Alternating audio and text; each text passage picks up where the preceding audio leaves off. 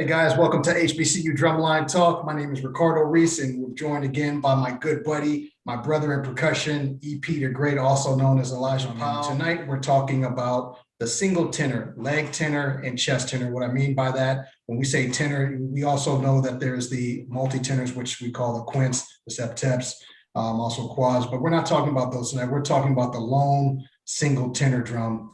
And we've got a great guest tonight, Mr. Keon Galloway. What's up, everybody? I'm Keon Galloway. Cold Steel 2004, North Carolina A&T, founder and co-founder and former president of Snare Sapphire Incorporated. And I'm the guy who brought chest tenors to North Carolina A&T. And, I'm not the tenor god, nothing like that. I'm just here to just express our journey and just some ways that I implemented chest tenors at A&T as well as Hampshire University with how to tune and what fits best for that drum line. So I'm happy to be in this situation. I appreciate it, guys. Hey, no problem. It's good to see you. So we're just going to jump right into it. EP, you got anything before we kick it off? No, I'm good. Well, I want to say, man, A&T was my best tenor drum section. I said this many times. I just ain't seen it because you on here, but y'all boys, you got the swag, man. I'm not a tenor drum person. I like my tonals, but I gotta give it up to A&T tenor drums. Yeah, man. I appreciate it. So let's go ahead and jump into it, Keon. And we're just starting this. I think we want to just get a brief introduction on just tenor drums in general, a little bit of history about them with HBCU drum lines just in general. Tenor drum, you have to look at swag or the traditional setup for drum lines and marching band, period. There's snares, floor toms, because there weren't any chest tenors at that time. It was only floor toms. It was snares, floor toms, basses, and cymbals, which are your typical jazz drum set setup. And I've seen many drum lines with that, and I'll definitely tap into a discussion that people really want to hear, the Prairie View and A&T thing, because I know that's one thing that people want to listen to, and I'll go ahead and correct everything with that. But just to speak about A&T, I wanted to do this in 2004, my freshman year, when I couldn't talk. I was a freshman, so I had to do my freshman duties and as far as the band. And in 2005, I asked my percussion instructor, Ron Rogers at the time, and I said, hey, can we go to chest tenors? And he said, why do you want to go to chest tenors? What, you want to be loud? You just want to be loud? I'm like, no, I don't want to be loud. It's just our tenor section at the time were on leg tenors, and they always like to move. They were always moving with their legs and doing a lot with their legs. And we already had the swag, and the downright power. But I said, we'll be able to do more things with our legs, and he was like, well, nah, we're not going to do that. The sound is not going to reach across the stands. I was like, what do you mean? The sound is going straight to them. You know what I mean? Instead of with the tenor drum, a floor tenor, it's two sounds that you actually get. The top, which is the attack, and then the sound coming from the bottom.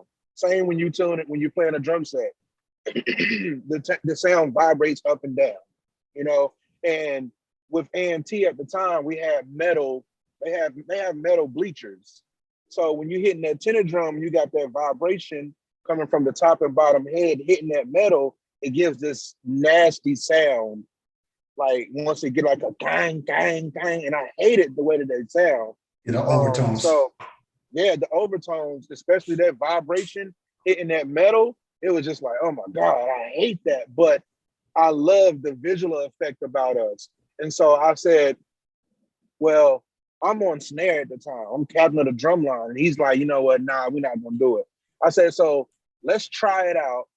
I said, I will not play snare next year and I will play chess tenor to prove to you that this can work and it will work. He said, all right, bet. Because I'm the type of guy, if you tell me it ain't gonna work, I'm gonna figure out a way for it to happen. Right. If you say we can't throw sticks down 12 snares, I'm gonna say, okay, well, how about we just step up? You know what I'm saying? The ends just step up and everybody else step back, and I'm gonna throw that thing all the way down. So what I did in 2006, which was spring season for A&T, I moved to chess tenors. I was still captain, but I moved to chess tenors, and I got the current chess tenor players. It was 6 of them, including me, which was 7. March, and now we tapping into it. March of 2006, we converted all the way to chess tenors. Good. And that was the first cold steel drum clinic that we ever had, was in March 2006. And yeah, and from that point on, it was, the rest is history. The rest is history, man. Good. Look at us now. Good. Thanks for pointing that out. I like the analogy of, starting off with the swag in regards to, imagine like a drum set, right? You have the bass, you have the snare, obviously you have the cymbals, and you have that floor tom, which represented the tenor. So thank you for really, comparing those two. Thanks for that. And thanks for pointing out the things about in CAT as well. Thanks. Yes, sir. So I guess as far as tuning, or I guess we start with drum heads. Is certain type heads are better than, or is it just basically going off what you want to hear? I think it's a little variation of both. There are some heads that are better than others, depending on what you like. At that time at A&T, we were using ebony pinstripes for tenor drum heads anyway. So when we converted them up, we had black ebonies, and then the new drums that came around, which was the Yamahas. So we still marched pearls, but we had white heads, but they didn't give off a good tone. So what I did, I said, hey, let's just go ahead and go to clear Remos. I use those on drum sets, and the tuning is great to me. And it just gives you a lot. It gives you a lot that you can do. With the 16-inch tenor drums, it's important to find the right head for what you want to do. With A&T, we had a dark sound. Our sound was fairly dark because we had black ebonies. I mean, we had ebony Remos all the way around. So we had a dark, crisp sound. So I couldn't tune too high because I didn't want it to not sound like us anymore. So I tuned it. I normally tune like third bass drum, far as to make sure that our sound is distinctive when we're playing as a tenor drum on a 16-inch, but I can still get that tone that won't collide with the bass drums, because I don't have any muffle inside of the drum head. But at Hampton, we used Evans EC2s, and I love those. I love them. You can do whatever you want tuning wise. I know a few other lines that are using Evans EC2s, which is Lane College use those. Their chest tenors sound really good. Jackson State uses Remos, if I'm not mistaken, and they sound really good. So I mean, it just all depends on what fit for your line. You don't have to do what anybody else does or use whatever anybody else uses. It's all about how you want them to sound. So I mean, with Hampton, our tenor drums were a little higher pitched than they were at at A&T because of the difference in sounds or drum lines.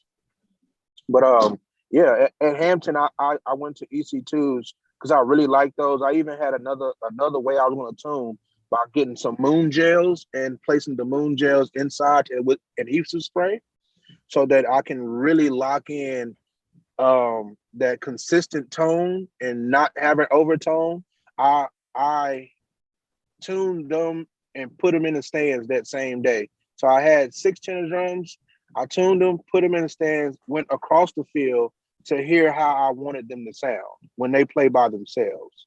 So when they're playing by themselves, the first thing I'm listening to is the attack. Okay, should I place them with the left hand facing the away side, or should I have them with the right hand placing the away side? Normally, everybody approaches the drum with their right hand dominant first anyway.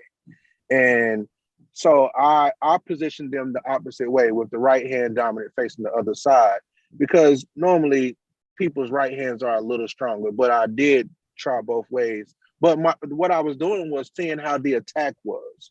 I wanted to hear how that first hit was at their strongest point.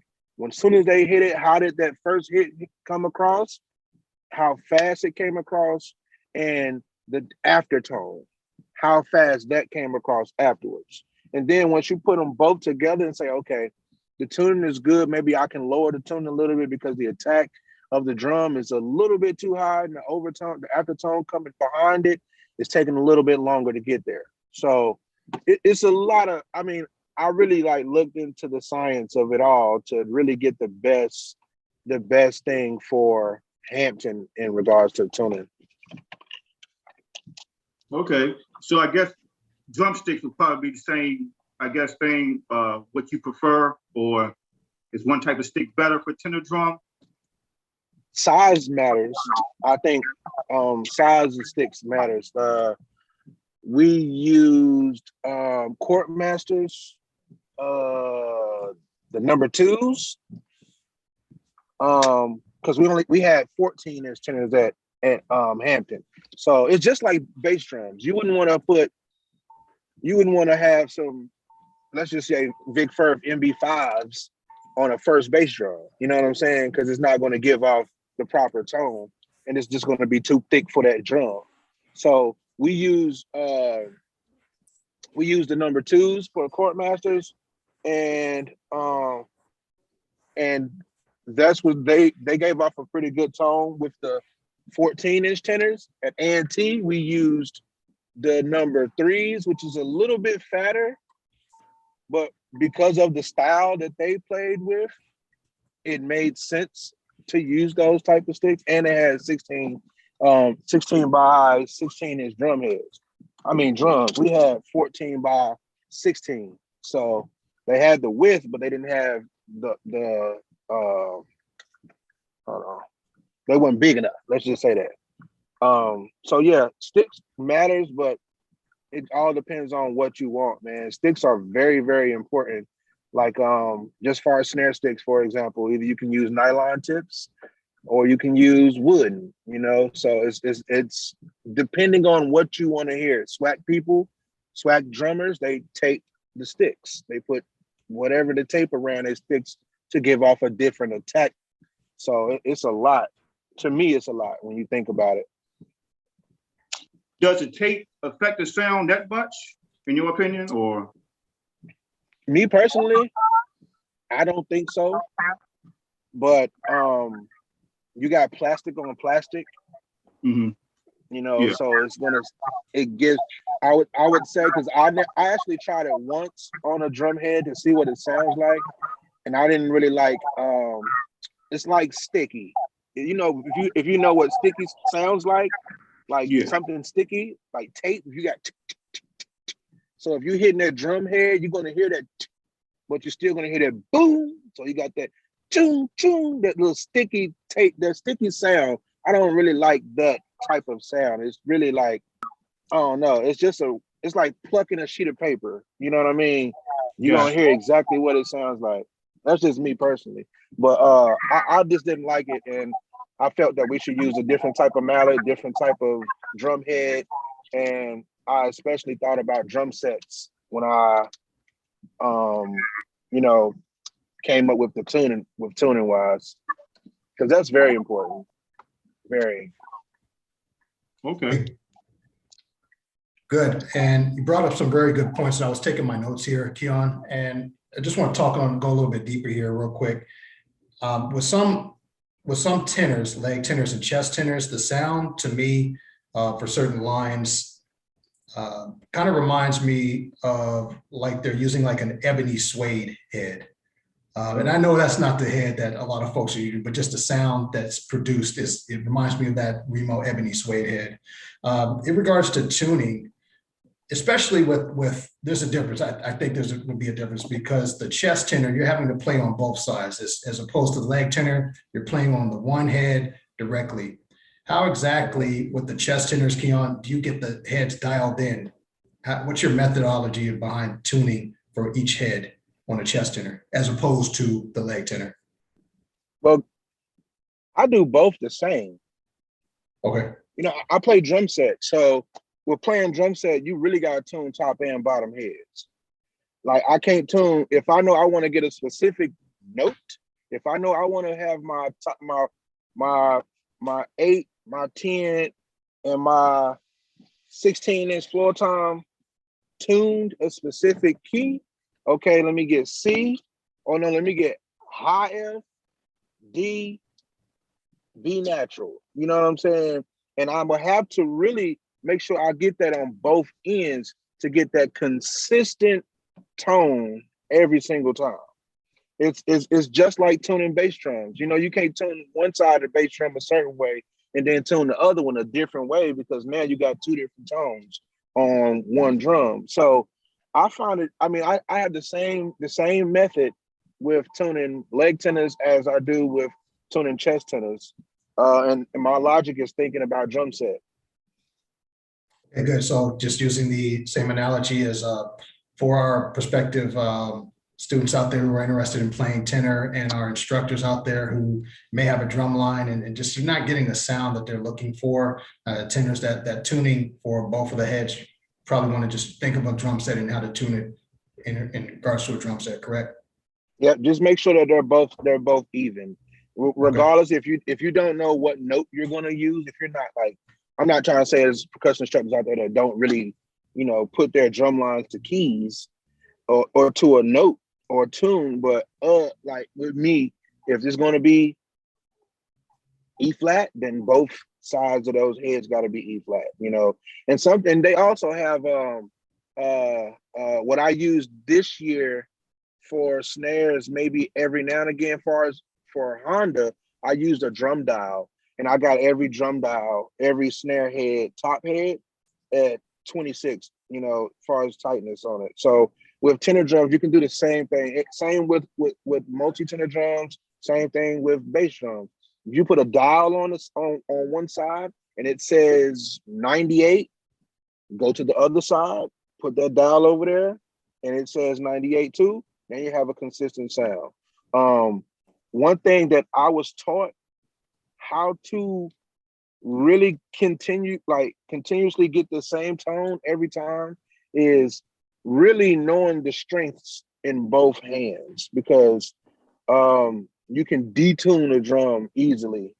Like I've noticed that with our Sixers players last year, you know, with them having different strengths and different approaches to the drum. This goes with tenor drum too. Of having different approaches to the drum, you can easily knock a drum out of tune, whether it's left hand or right hand.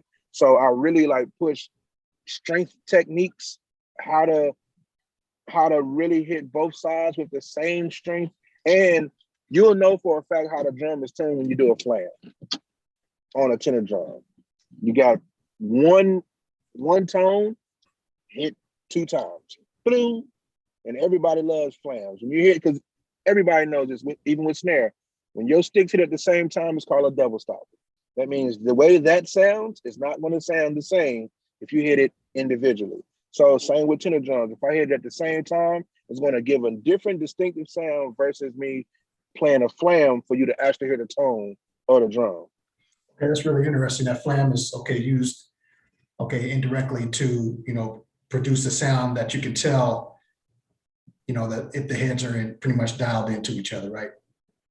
With me, Right. I can't speak for everybody else, but just with me, I use a flam a lot to really understand the difference in the two sides. Yeah. So one thing that you said, and I'll let EP take over after this, to our instructors out there who are just beginning, and to our band teachers out there, you made a reference to moon gel, and I'm sure our viewers are like, hey, well, what exactly is moon gel? So for the folks out there who don't know, moon gel comes in a little case like this. And you really can't see this, but it's like a clear blue film, and you get a lot to it. And what you do is just place it on the drum at wherever you want to place it on, not in the center, but around the edges. And that's that sort of dampening tool that you get. Yep. EP. You use, oh, my bad. No, go ahead. No. Oh yeah, I find those very, very useful with drum sets per se. I think if I'm not mistaken, I've seen Jackson State use those on their snare heads one year, and I mean it really dampens a lot. It dampens a lot. I mean, the difference from doing boom and then doing boom, it's a big difference. A big difference. The sustain, like, it's a big difference. And I was going to do that this upcoming season at Hampton, but I had resigned from a percussion instructor. But I was definitely going to get some adhesive spray it on their head, and put the moon gel right inside. Yep, right on the drum head. Okay. So to go a little bit more in discussion, you're talking about, I guess striking the drum. For the young instructors or the young percussionists, is there a difference in technique in the bass drum and tenor drum? If so, explain to the viewers the difference and the correct way to play tenor drum. I mean, I don't think there's a correct way to teach how to play a tenor drum. It's all about the style. I would say style comes into play, because, and I hate to use them as an example, but how the swag tenor drums play. In the MEAC, we would tell our bass drums to not play like that, because that would, to us, be considered sloppy or bad form, but it works for them. You see what I mean? So the way they play, they have chessboards. So their drums sit out from their chest. So they actually are in like a good relaxed position, and they're hitting directly in the middle. As long as you're hitting in the middle of the drum, you're going to get the proper sound that you need. When you move outside of the middle of the drum, the sound starts to change. So with my technique, which I call it the C-do, it's basically velocity. I mean, I don't like to sound all technical, but you can ask Alexander Hamilton, because he was there when I actually was like, okay, this is Hampton's technique for chest tenors. I can send you the photo and everything. And this is Hampton's technique for chest tenors. This is how we do it. This is where your arm extension is. This is stick extension. This is the mallet extension. This is how far you go out. I went truly in depth with how to finesse and make it the way that we play, because one, we don't have chessboards, as well as A&T don't have chessboards, as well as Bethune-Cookman don't have chessboards. So our technique has to be slightly different. With high schools and other percussion instructors who are wanting to have chest tenors, think about how you want them to look before you think about how you want them to sound. I can make anybody sound a specific way, but making them look alike while doing it a specific way is very, very important. So that's why when I spoke about the technique that we use, You know, there is a proper way far as Hampton University, and there's a proper way with Cold Steel. There's a proper way with Jackson, and they're all different. So it really just depends on how you want them to look and how you want them to sound. So I guess that would more or less be preference, who you want them to look like, you know. And the chest tenors for the SWAC, they fairly all have similar playing styles. And like I said, we would say they play like bass drums, like bass drummers, you know what I mean? Which I'm not knocking it. That's just how they play. It is what it is. But we play a different way. So I guess, yeah, it goes back to preference. Okay, got you. Good info. In regards to maintenance, right? Tenor drum maintenance. What can you talk to us about? How often does a tenor head need to be changed? You know, the maintenance of the drum itself, what to do, what not to do, things like that. I changed our heads at Hampton twice the whole season. Oh, okay. The first time was after everybody got assigned. Oh, after you made the drum line? Okay, you made the drum line. Cool. Now, your first gift from us is a strap, some mallets, and a new drum head. You know, so once we had everybody in their positions for the drum line, I changed the drum heads before the first game. Well, not before the first game, the week of the first game.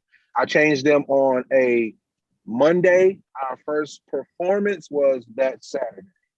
And so the reason why I did that was because I wanted them to get used to playing with them, and I pitched them up a little bit higher from where I know where I needed them to be at, because a lot of them were beginners. So I implemented power, but I'll get to that.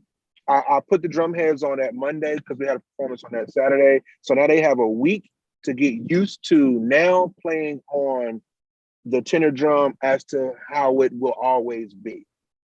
Far as rehearsals before they got their drums, they were still tuned in a good range, because you got to work on your wrist. You got to have everything, every component strong, forearm, wrist, fingers, everything. So the second time I changed the drum heads for tenor drums was Honda. That was the second time. And even with the snare drums, I only changed the heads twice. The beginning of the season, and I only changed 4 drum heads for Honda. That was it. So it's really about how you play, which will determine the maintenance of your drums. That's just me. If you plan to bust your drum heads, then be ready for your band director to be like, all right, look, you're gonna have to switch it up. Y'all gotta stop playing so hard, or figure something out to where you ain't busting no heads, versus proper technique and playing, like approach, all of that. You will really not have to maintenance your drums that much if you're doing, if what they're doing is proper. You know, that's just how I say. Everybody got their own way and how they do it. But with me, you bust a head. I mean, we got extras, but I'm just saying, like back in the day when I played, you bust a head. Oh yeah, you that guy. Oh yeah, I'm that guy. I bust a head. Nah, with me now, you bust a head, you must have did something wrong. You were doing something wrong. I think that's how it was when me and Rick played together. Bust a head, you was the man. You know, well, I felt like that anyway. But yeah, right now, one of my guys bust a head. You know, you got to come up with some money, boss. You know, exactly. But usually, like you said, with good technique, a good head will last you on any drum, like the whole season almost. Whole season. Yeah. They pulled the snares out. They pulled one of the snares out at Hampton the other day. They haven't been tuned since Honda, and still sounds good. Proper technique, man. Like proper technique and proper tuning. Like it depends. Proper tuning determines what you want. Proper technique determines how long your equipment gonna last.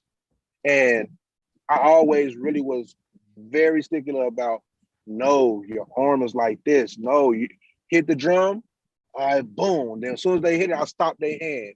And then I'll tell them, look where your mallet is. Look where the ball is. The ball is closer to here. So you're the drum that I'm hearing when I know that it's not out of tune. You're just hitting in the wrong spot. Now hit right here. Make sure your elbow back, tuck it in. Make sure you're extending. Make sure everything that you're doing as far as this technique is done properly. Because if you do it the right way, you will get exactly what's been asked for.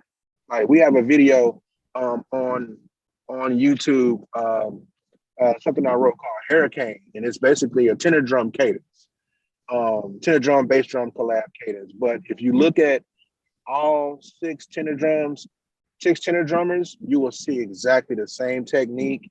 You will see everything done properly. And that tone is just, you can really tell the difference between the tones when everything's done right. So I think, let me just go ahead and say this. I think you mentioned something that's so important for all of us and so important for our students, whoever we're teaching, it's just proper technique. And that is going to cause the life of the drum head itself to last. If you don't have proper technique, you can injure yourself. You know, you can just do a lot of damage to some things that you might not be well aware of later down the line. Yes, definitely. Yeah, and just a quick question. Something I started doing, 2 or 3 years ago. Do you detune? Well, when you was instructing, did you detune your drums in the spring, or you left them cranked up? I left them like that. Again, I leave them like they are because, like I said, with the proper technique, they're going to be fine as far as tuning and everything. Now, depending on where you're going to do performances, if we're playing outside, I'm not going to tune for indoor outside, So if I have a performance that is in a gym, I'll go in with the whole drum line. All right, everybody hit on one. Boom. Let me get level 5. Level 5 is the loudest for us. Hit on one. Boom. See how that sounds when everybody is wide open. Then I'll say, okay, we're a little too loud. That means the drums are too low, which means it's gonna fill up this room too fast. So now let me hear each section hit. Okay, snares, tenors, basses, sixes. All right, cool. Tenor drums, I'm gonna take you up a little bit. Basses, I'm gonna take you up a little bit because you're a little too low and it's too thick for this space, So in the spring season, I really, depending on how big the location is that we're playing at, determines on how I change the tune. For Honda, we went up a little bit snare wise, and basses went up a little bit on the first 4 basses. Top 4 we went up some. Tenor drums, I really kind of just tweaked it just a little bit, just because you had your Jacksons there, you got your A&T, you had some drum lines who have tenor drummers. That's like, and nowadays tenor drummers are the thing. Snare drummers is cool now, but tenor drums are talked about throughout the percussion community. And at that time, we were, the baby tenor drum line next to your Jackson, Grambling, A&T, Prairie View. We were the baby tenor drum section. So I still had to have the tenor drums a little beefy. So when all 6 of them was to hit together, it'd be like, oh, all right, bet. They all right. You know what I'm saying? So it really kind of determines on the location as far as tuning wise and detuning and tuning up. Okay. Well, I was saying, like, far as I guess during the springtime, you probably won't have a performance till August. So I know with us at State, because I know we don't have a performance. We done in June, July. I would detune them just so I feel the shell. It takes stress off the shell. The screws. So I would detune everything. At least a couple of turns, just so it's not sitting so tight over the summer. Well, see, yeah. I get you that talking about like parts when it ain't no season. Yeah. Yeah. When it ain't no season or nothing like that, Wherever the drums are when they're done, I leave them like they are because I know that next season when it comes around, I'm coming in there to redo everything. I always it's like when that August get here, I'm at the band room in the end of July, taking all the snare drums apart, dipping them in, redoing all the lugs. It's almost like I'm starting the drums over all over again. It's like giving them a clean bath every single time, you know. Gotcha. Our drums, we definitely made sure that they were taken care of. Like one thing Dr. Jones was very straightforward about was take care of the drums. We spent $70,000 on percussion equipment for the drum line at Hampton University. And we make sure after rehearsals, we putting the drums in the cases.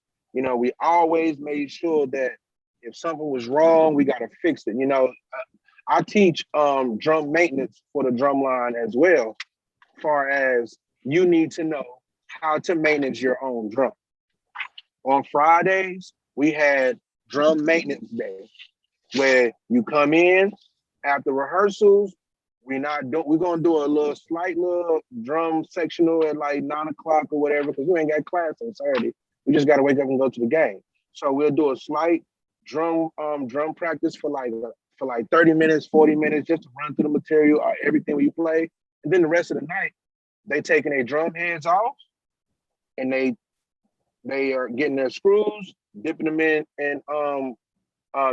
Vaseline, making sure they getting oiled. Like, it's really just, I don't do it during the springtime because with the past couple of years, we've only had literally a month off, because we would be going all the way through June drumming, and then July, the drums may sit for a month, but that's almost like, you know, when there's no performances in December, you know what I mean? Like, they sitting still. So I just really kind of just make sure throughout the whole season that they're learning how to really keep the drums in control. And I don't like detune or nothing during the spring season after the season is over. Gotcha. I got a couple of go ahead, E. No, so it was something I started doing because, you know, I play congas. That's my major instrument. But with the congas, you have to detune after each performance. So like, hey, maybe I should start trying to with the marching drums. Maybe it would, you know, make them, you know, last longer. So it was just something I started doing. Not saying it's the right way or whatever, but yeah. Definitely. I can definitely understand with the congas, because it's a different type of material as far as that head goes. You know, you can't keep tuning it too much, and it's over. You know what I'm saying? But that'll definitely be something that I would, because, you know, just off subject, I'm starting an after school drum and dance program in North Carolina. Okay. And that'll be something that I'll definitely try to implement with, you know, on the seasons that we're not really that active, detune, you know, just because then it keeps lifespan on a lot of stuff. I definitely understand why you would do that. Yeah. Cool. My bad, Rick. What was you ready to say? Yeah. So you brought up, Keon, you brought up some really good points here. So I want to just ask, you know, let's say I'm an instructor, right? I have my established drum line and say, you know, I want to do something different. And EP, you can pretty much talk to this aspect because you're a part of this. And I have my drum line, we're rocking out. We've been doing this. I want to try to change the dynamic. I want to make the use of tenor drums. I want to bring in the use of tenor drums. What advice would you give me? First question I would ask is how you want them to look. Okay, yeah. So obviously, how I want them to look, right? I think I want to go with the leg tenors. Okay. Then I would say, have you seen any other leg tenor drum lines before? I've seen a couple of, yeah. Okay. Who have you seen? I think I saw Alabama State with their leg tenors. I've seen Florida A&M as well. Those are just a couple of that I would say right out the box. Okay, so then my next question would be, so would you be leaning towards the Bama State precisely playing type of way, or would you be looking at the FAMU loose arm swing type of way? I would probably go, our drum line itself is not really, it's not really precise on certain things. So I want a more loose look, I want a more free looking stroke. So then what I would do, I would say, give me a week with your drum line, tenor drums, and I will make a happy medium to where they'll still be precise on certain things, but then they'll still have some type of flashy look. With FAMU, they play aggressive with their tenor, leg tenors. They got floor toms and I guess leg tenors as well. And they have this this loose swaying type of way. So I would definitely aim towards, I would think of a style that would be both Bama State and FAMU at the same time, where I would still take the swing up, but I would maybe straighten it up a little bit on the way up and come straight down with the, just like if you're playing snare drum, you're doing what, staccato strokes or legato strokes, and you just coming straight up with it. So I would swing up, straighten it up, and then attack to come down versus doing a whole whip all the way through. It'll be in between. So yeah, I would say give me a week with your line and I can come up with the style for your tenor drum. And I'm glad you mentioned that in EP, and this pretty much ties into you, and you can talk to this, you know, as a drumline instructor who was put in a situation where now you're using tenor drums, what type of challenges did you run across with that? Everything. Putting, writing for it, even with the old cadences, trying to fit, a tenor drum part within our old cadences, which, are all tonal, 90% of them. Technique, I had to get Keon to come show me some stuff, but yeah, it was everything. It was all new to me, it was all new. Yeah, so there are some drum lines out there, instructors, and we have EP's a perfect example, who had a line at Virginia State, did not use tenor drums, but then had to implement them and had to implement them in what he was doing. So it's a perfect example. Thank you. It's really a struggle when you have a tonal bass line, having to fit the extra voice in there. It's also fun trying to do it, but yeah, it was a struggle at first. I'm still learning and still, for us arranging for it, but yeah. Yeah, it's always something different. And I can, judge the same way as E. When Thomas said, or Dr. Jones at the banner at Hampton University, for those who don't know, they're definitely giving out scholarships. Go ahead and put a plug out for them. Get some MF popcorn, marching force popcorn from them. That's a little tag. Just go ahead and represent, because they did. I had an amazing journey with Hampton University marching force, and I give them all praises.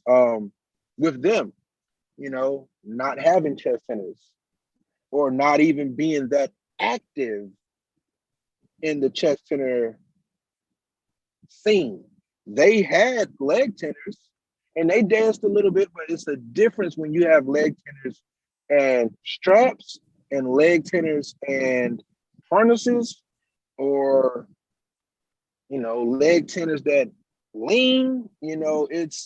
It's so much that you can get into, and to convert a drum line from leg to chest tenors.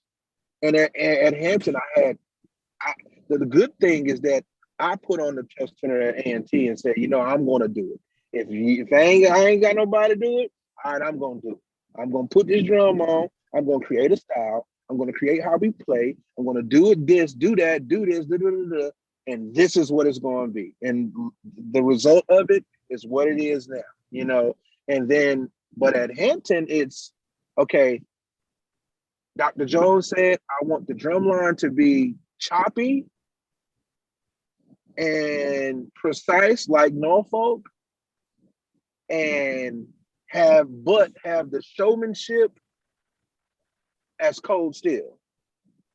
So I told him, I said, I'll give you me, I'll give you me. I got hands, you know what I'm saying? And I got all the showmanship in the world when it comes to like entertaining, because I've been on tour and all that stuff. But besides then, I just know how to entertain people. So I guess the medium was me, but converting those 6 drummers that never played chest tenor ever in their life, like these kids come from, oh yeah, I was that guy on snare drum at my school.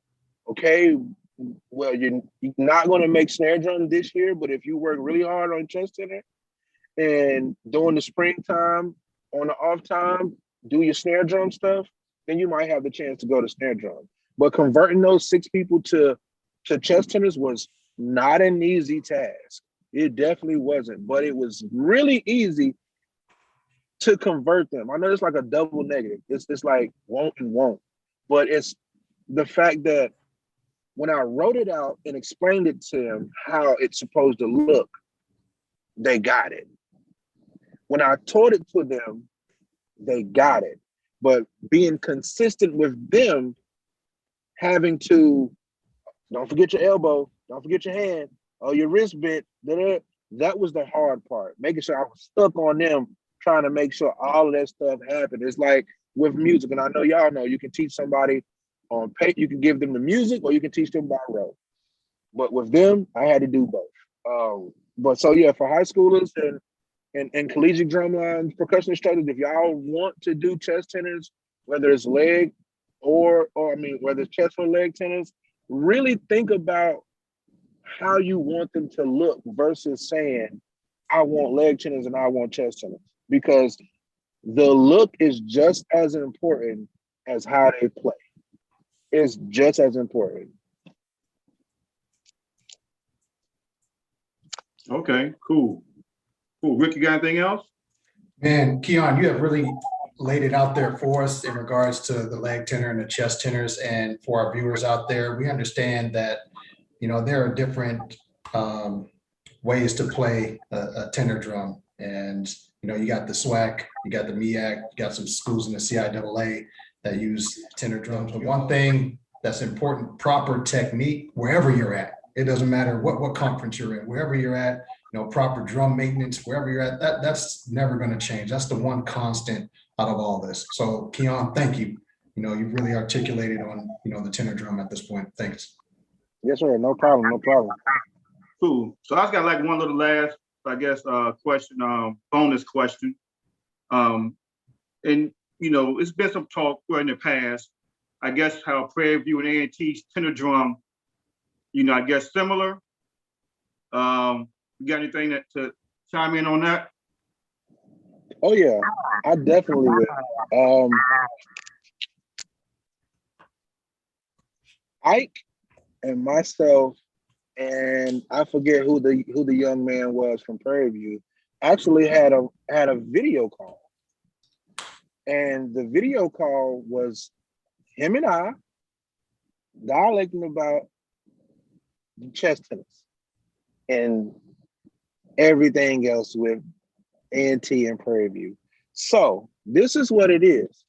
And I even posted this on Percussion Connection. I posted everything that they needed to see on Percussion Connection. I said, look at the date of this video. This video says March, whatever date it was, 2006. And it showed us with chest tenors on. It was a whole video. It said Cold Steel Drum Clinic 2006, March. If you look at the data posted, it said March, whatever, 2006. I said, how is it possible? So backtrack. Everything is this right here. Prairie View said that A&T took their style as far as chest tenors. We didn't change the chest tenors until after we played Prairie View in 2007, okay? But we had chest tenors spring, no, matter of fact, I'm sorry. It was spring 2007. It wasn't spring 2006. We played Prairie View in the fall of 2007. In 2007 of the spring season, we actually had chest tenors that spring, March 2007. We played Prairie View, I think, in September of 2007. So we had chess tenors long before then. Long before then. We did it in 2006 in the spring season when I converted them. But in 2006 fall season, they didn't have chess tenors. They had leg tenors because I was going to go back to snare drum because Harvey had came that year, and me and Harvey was going to lead the drum line on snare that fall season of 2006. So I ended up not marching that fall season, but in the spring season of 2007, we officially went to chess tenors way before Prairie View, way before we played Prairie View. The thing about it is, I don't know why people really, not people, but some people feel like Coach Steer really be worried about, and I don't want to say this to be cocky or arrogant or nothing like that, but I say this with the utmost respect to all drum lines. We don't be thinking about nobody else. Just like y'all don't be thinking about no Norfolk. So when they be like, oh, y'all like Norfolk, y'all was like, you don't be thinking about them. This is the Virginia way. You know what I'm saying? So when it came to that, it was almost like, no, we did not copy Prairie View with changing the chess tenors after we played them because we had chess tenors before we played. No, we did not take Prairie View style. No, Prairie View wasn't the first drum line in the world to do a percussion feature with their drum line.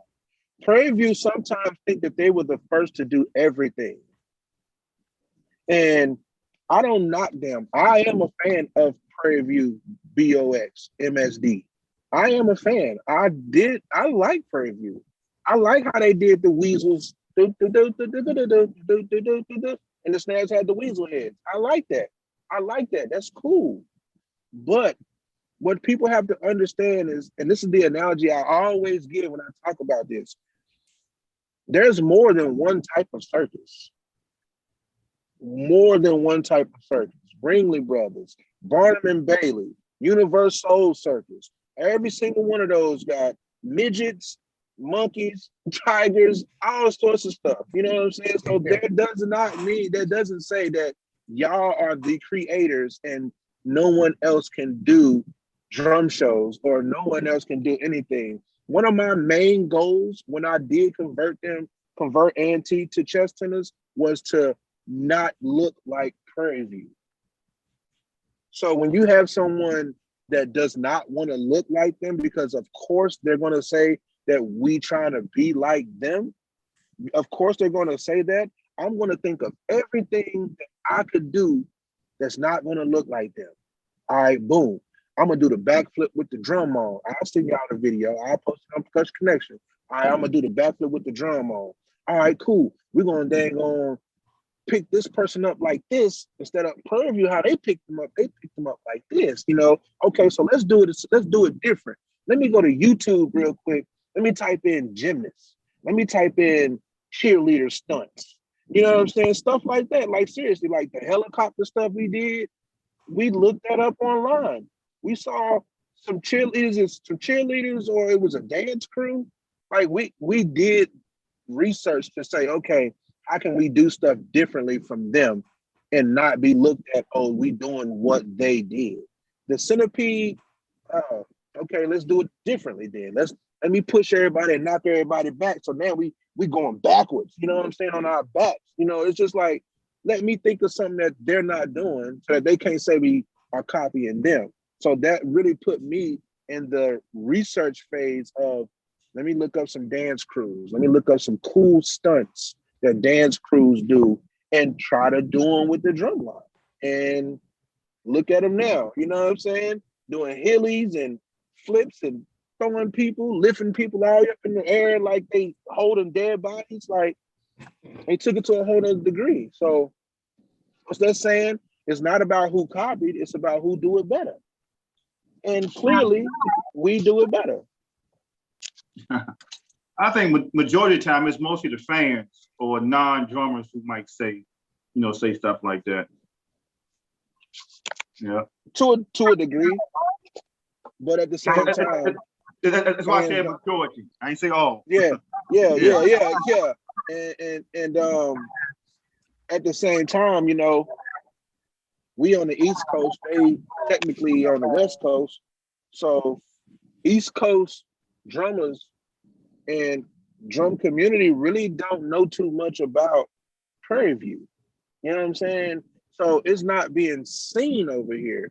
That's why that's why I say when the word got out like that, it was the drum community and it was Prairie View. It wasn't nobody else but them saying that we copied them. We did not copy them. After this, I'm gonna put on Percussion Connection just a few photos. You know what I mean? A couple photos, couple videos, and this is what it is. And even on that post, I proved them wrong so bad that they actually was like, you know what? Oh, okay, you right. Because there ain't nothing you can say. There's nothing you can say. Yeah. There you There's go. nothing you can say. You know, but kudos. I love Prairie View. I mean, that was years ago. Now with me being on the other side of the spectrum, being a percussion instructor and a clinician educator, all that other stuff, I don't have no hate for no drumline. I really am happy for our drum community because, the DCI world is still there. It's still there, but it's not talked as much as how the HBCU drum community is spoken about. I'm grateful to be best friends with Harvey Thompson, be good friends with Ralph Nader, being that they are the founders of BIOS, Bring Your Own Style, because now they have really implemented the HBCU community drumming to the DCI community. Because now they're doing crossovers and thumb twirls and, adding more visual effect to their drumming. So, to everybody out there, man, keep drumming, keep doing your thing. If you want to do chest tenors, hit me up in my DM. I'll come and, sit down, we'll do a consultation, say, okay, what you want to look like, how you want them to sound. We'll definitely work like that. But just continue to just be trying to be great for us. And one thing that's very important that I leave with everybody is to let's stop bashing each other, man. And let's start really like uplifting our community, because this is really all that we have left, and to a degree, especially in the school systems.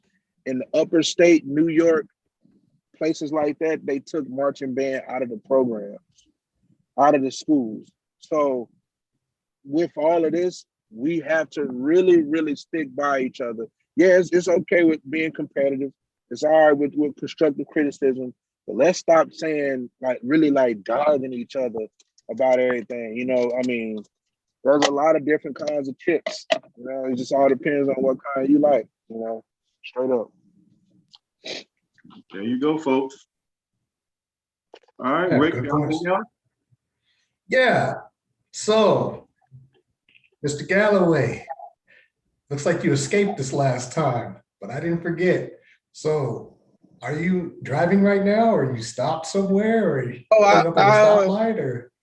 Oh yeah, I had stopped. I had pulled over, so I can get this going. Cool. You got your sticks in the pad in the truck? Nobody escapes us, man. Nobody escapes us. I didn't escape the last. Let me go ahead and put this out there.